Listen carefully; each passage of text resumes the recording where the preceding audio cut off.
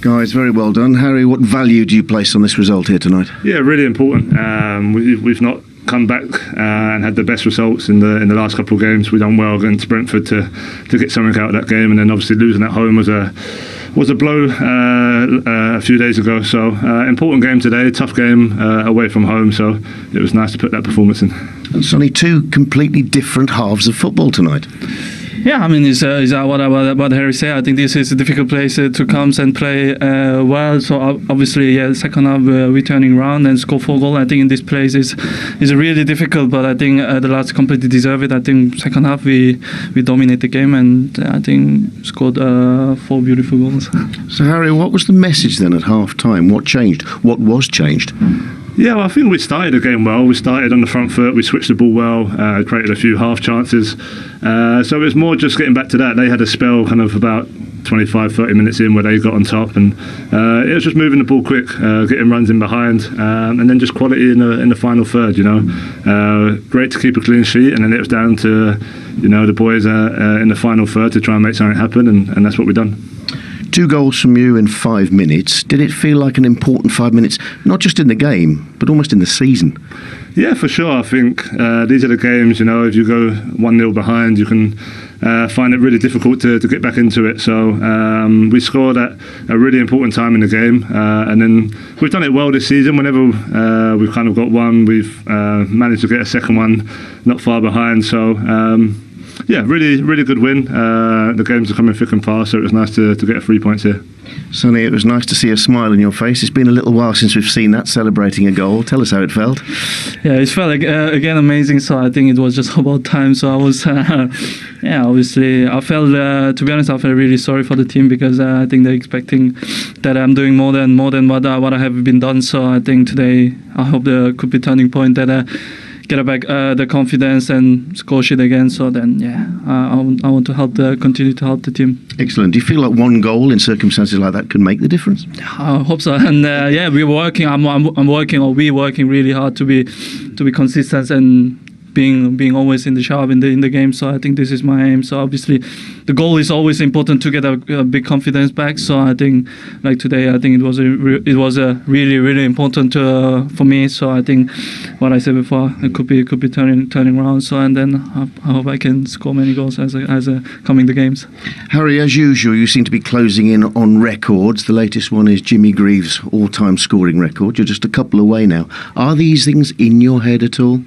No, I try not to think about them. I'm one of those. I think if you think too much, sometimes it can have the opposite effect. So, of course I know it's close, but I just got to keep doing what I'm doing for the team, keep working hard, and I'm hopeful the goals will come, and it was nice to get a couple today. Big games coming up. This was vital tonight, wasn't it? Yeah, really tough games. Obviously FA Cup, and then a big North London derby next week, and then City after that away. So it's an important stage in the season for us. That's why today was important to bounce back with a good 3 points, and hopefully we can take that momentum into the next weeks ahead.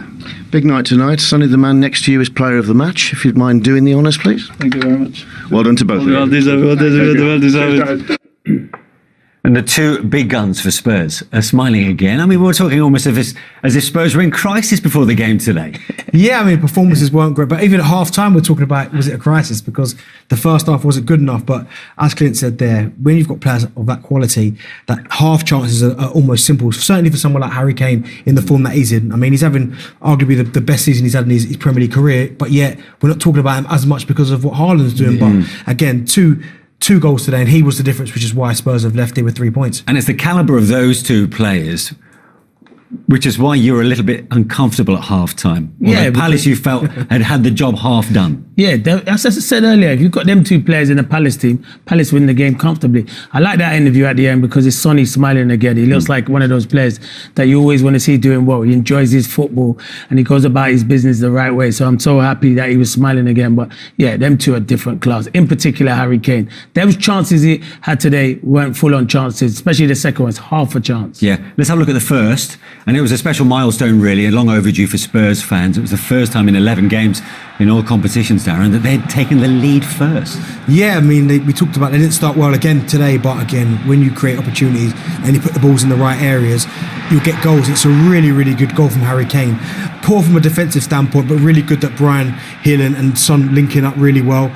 But it was Kane's movement and the two centre-halves for Crystal Palace. They get attracted to the ball, which leaves Kane with Ward. And look at that. In that scenario, you want one of your centre-halves better in the ball, better in the air, marking Kane. They don't. They leave him free. Really good play from Gill, who played really well. But Perisic, good ball. Great header from Kane. Getting at the back post. Great header. Between Guaita and Joel Ward, what do you think happened here? No, Guaita can't do nothing, and Joel Ward is going backwards. What Harry Kane is brilliant at, he goes early. As a defender, when you're going backwards, you can't get your momentum. Harry Kane's coming forward. So you can't criticise Ward, and the ball in from Perisic, as Benny said, is first class. Yeah. He dinks it, and Harry Kane goes to attack it. Yeah. You mentioned Brian Gill there, and he played a key part, really, in Harry Kane's second. Oh yeah, Brian Hill was outstanding. On the weekend, he didn't play well against Aston Villa. He got took off, a few moans and groans. But tonight, I thought he was outstanding, and it shows big character. The pass he plays to play Harry Kane through is brilliant. But Palace will be. I'll talk about the finishing because I like the finishing, but the defending is not good enough. But look at this pass, brilliant, and that finish from Harry Kane. That's a great finish, isn't it? Yeah. I said straight away when we were watching it, as soon as it comes into him, it's going to be a goal. But the defending, I think, from Mark Gay can be much better. It can be a great ball from Brian Gill, but you look at Gay here. If he comes across early, Harry Kane's got a decision to make. Does he still try and take the shot on? But the fact that he kind of left in that space, I mean, it's a great pass, by the way, from Brian Gill. Eye of a needle. But Harry Kane in that scenario, it's not even a chance. It's so quick. Touch finish. The keeper can't set himself either. Really good finish from Kane, but he's absolutely lethal. He turns these half chances into full chances. We saw Ayew in the first pass have a clear-cut chance, not take it. Harry Kane has a half a chance, takes it, game's done, game's over. And no matter from which angle, nearly always they are on target, right? That's the key in it, Clint. Yeah, that is the key. Hit the target. He always hits the target. He does, yeah. When Harry Kane's on the ball, 9 times out of 10, he will hit the target. He's finishing. That is why he's one of the best finishers in world football. Yeah. And Harry Kane, as a result of his brace today, is within 2 goals of 2 very special milestones. Just have a look at this. And we shouldn't really be surprised considering his longevity in North London. But in terms of Premier League top scorers, he's only 2 shy now of the 200 club, of course, of which there are only 2 members in Wayne Rooney and Alan Shearer. And he's 2 goals away from joining Jimmy Greaves as being Spurs' all-time top scorer, Darren. Wow. Yeah, it's incredible. I mean, you take the Tottenham Hotspur one, for instance. We speak so highly of Jimmy Greaves, and rightly so, and he's only 2 away from that. And it looks like he could possibly go past 300, I think, for Tottenham there. But to join that 200 club as well, it almost feels like he's the record he's got in sight is Alan Shearer's. He's going to go past Wayne Rooney on 208.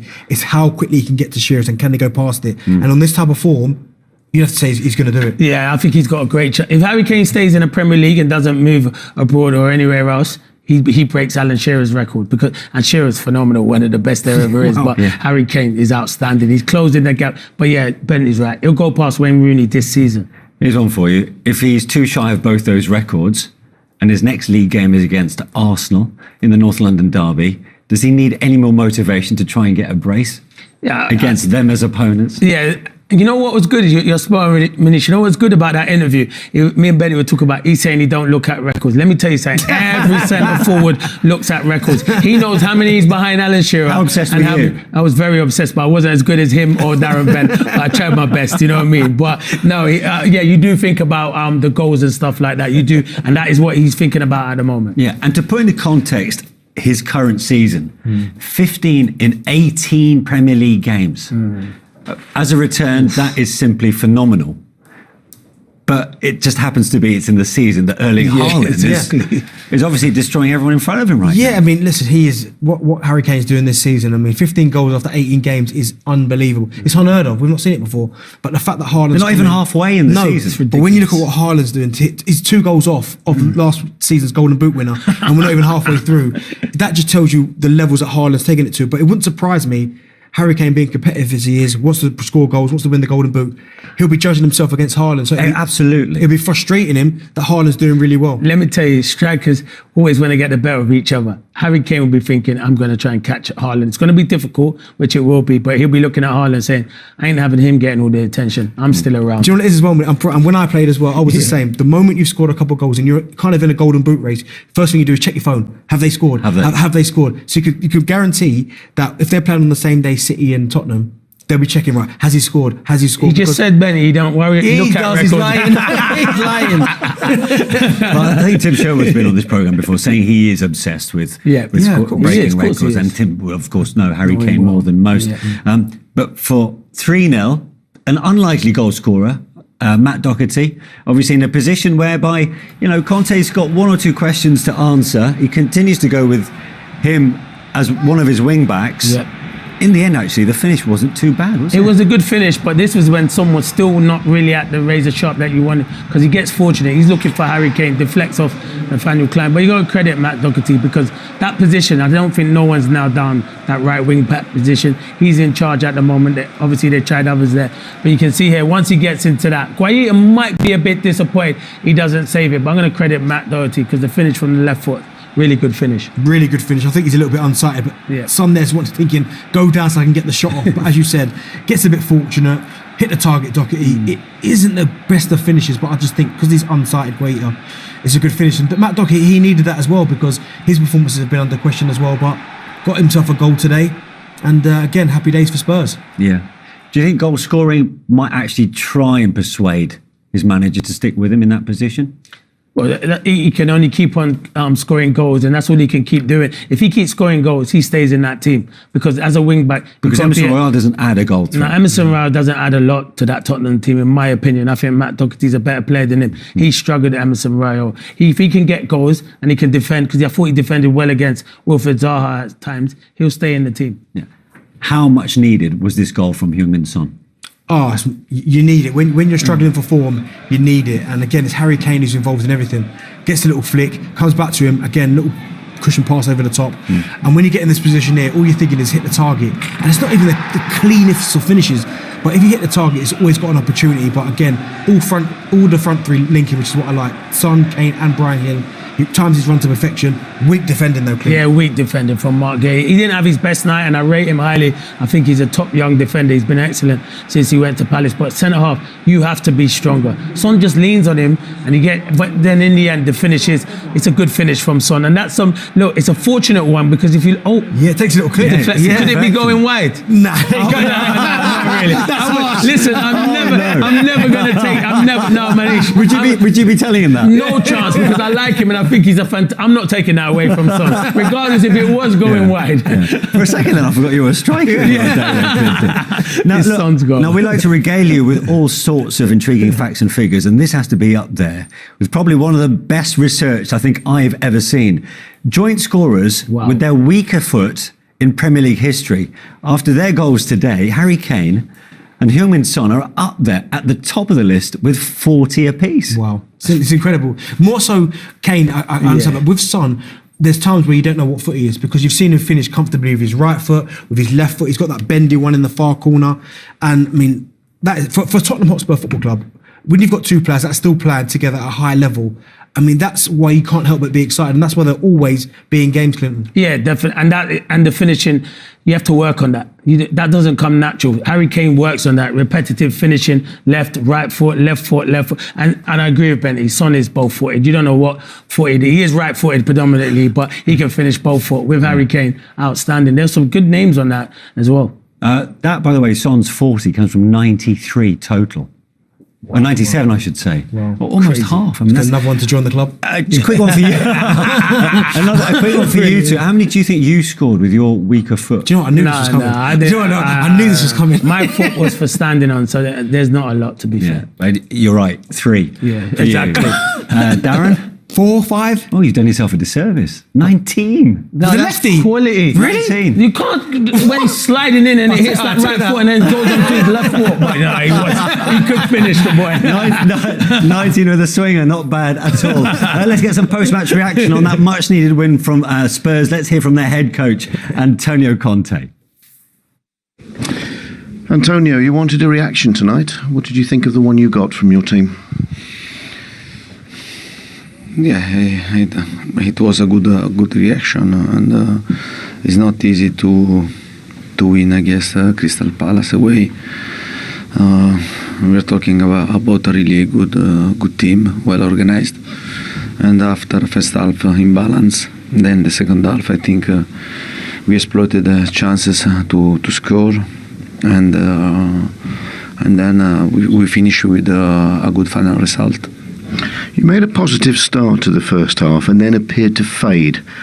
What changed at half-time? How did you affect the game? What was the message to the players? No, the message was to continue to play, because we started the game very well to play, and then I think in the second part of the first half we lost a bit of the possession. I said to the team that it was really important to continue to play the ball, to move the ball in one side, the other side, and to find space to attack. And I think it was good. I think we played a good game. We were well organized without the ball. Also, we tried to press high, to recover good ball. I'm happy because our striker scored, and Harry scored twice. Sonny finally scored, and it was really important for him, because we are talking about a player that he needs to score and to feel confidence in himself. And then it was important also for Matthew Doherty. Don't consider goal after a long time that we consider goal. It was another positive situation. Now we have to continue to work and to try to improve.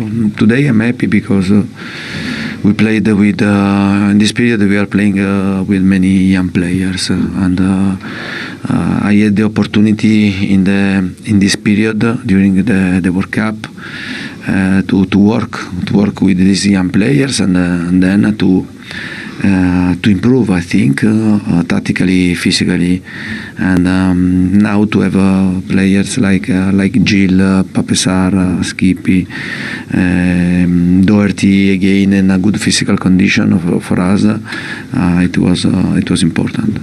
Your strikers will make the headlines for their goals tonight, but was this not a night where the whole team had to come here and stand up and be counted? Sorry, I didn't understand. Was this a night where we had to see the character of the whole Tottenham team? Yeah, but honestly, the character that this team always show with a great character. I think that maybe only in the last game against Aston Villa, and after I repeat a really good first half, when we considered the goal, and then maybe this was the only game that we didn't have a strong reaction. Otherwise, we showed every game great character, because this team, I think, I hate lose, and they want to fight to avoid this. Also because they know very well that I hate lose, and I try to transfer this to my team and to my players. So coming here tonight in the form that you've been in of late in the Premier League, and to come here and win, sum up the importance of that result. But it's really important, because we got 3 points for the table. Is important because we continue to stay very close for the good position, and when you don't win, and the confidence, you risk to have the confidence really down. For us, it was important to win away against Crystal Palace. Don't forget, last season we lost 3-0 here against them, and it's not easy to play away against Crystal Palace. To win this way, it means that we played well, and I'm happy because we used many young players, and this is important for the present and also for the future. Antonio, well done tonight. Thank you very much. He sounded pleased, but quietly. Well, I was going to say quietly pleased. I mean, what do you think? Because he was almost playing it down in his tone.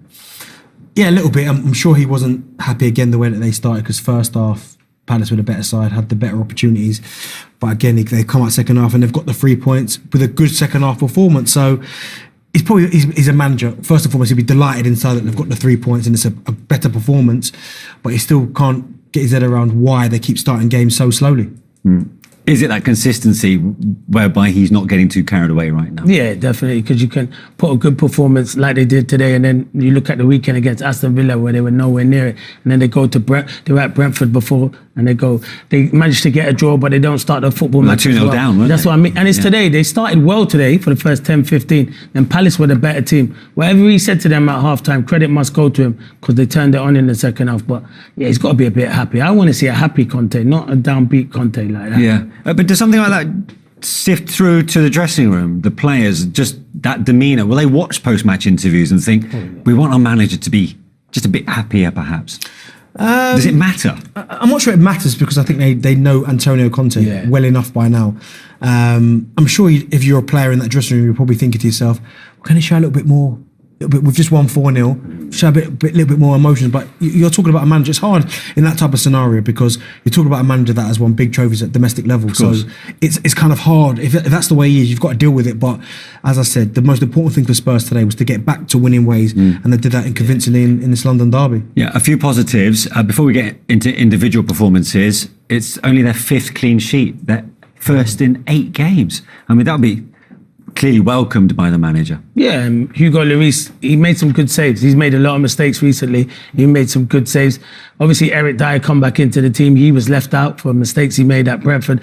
So when you keep chopping and changing the back three, the consistency, you're never going to have it. It's difficult. They'll tell you need to build up a rapport. And I feel like that's their probably best back three. You could probably, Langley was in there. Obviously, you could probably throw Ben Davies into that. But I think Dyer and Romero, you look at it, they're probably that best three. And it was a strong. They did well today because Palace threw a lot at them and they defended ever so well. Is that their strongest back three? Yeah, I mean, Longley maybe, but no, they look consistent. My only thing is the pace. There's no real pace there at the back there. But organisation, they were good today. They worked, and you're right, Clinton's right. They need to get rapport, stick with the same three. But it's difficult when performances have been so indifferent, and you can see the goals early, and you're not keeping clean sheets. It's quite easy for the manager to keep chopping and changing. But today will give them massive confidence with this clean sheet.